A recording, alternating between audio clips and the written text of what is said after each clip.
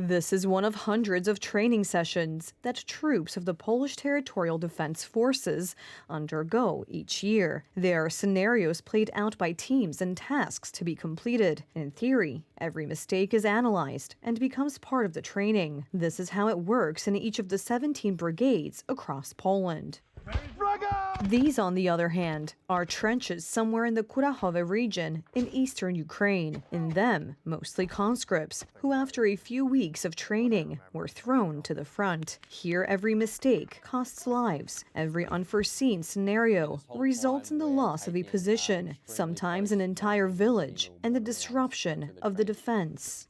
Why this comparison? Because the lesson to be learned by the Polish military from the Ukrainian front was set the day before yesterday. As experts say, you need to act faster, more decisively, and above all, come up with a plan to act not only for the army, but also for civilians. My nie możemy tam skupiać się na We can't focus on tanks or cannons. Today, we need to focus first and foremost on the logistics support to the front line, being able to repel and secure people from a multifaceted war. That's why soldiers treat every piece of information about changes in formation operations as a guidepost. That's why the catchy title about sending the 4th platoons in each company of the Territorial Defense Forces under the knife in an Onet article caused a storm. The Territorial Defense Forces are doing a redesign of their structures. Each company is now to count 3 platoons of light infantry. This means that there will be reductions in companies that consist of 4 platoons. Commanders of all brigades of the Territorial Defense Forces have coped with the reform so as not to lose soldiers. Only the commander of the 13th Silesian Brigade of the Territorial Defense Forces was expected to disregard the issue. More than 100 of his soldiers face the prospect of being kicked out of the army.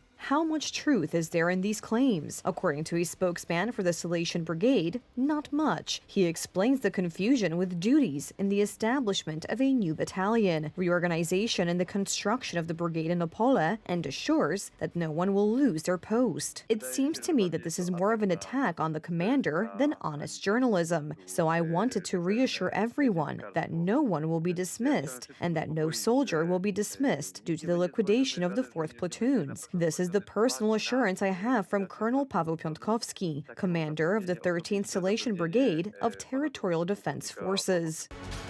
So why all the fuss? From the fact that a week ago, the commander of the Territorial Defense Forces spoke about the completion of the brigade structures and that no more will be formed, combined with the reduction of platoons to 3 per company, builds a message of at least putting the brakes. Poland has no civilian defense plan.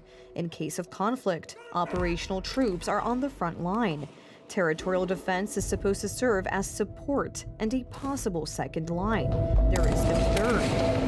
The war in Ukraine has made it clear that the battlefield looks very different today than it did just a decade ago. The soldiers of Assad's army in Syria, which was defeated in a few days by rebels imitating the tactics of Ukrainian soldiers, found this out the hard way.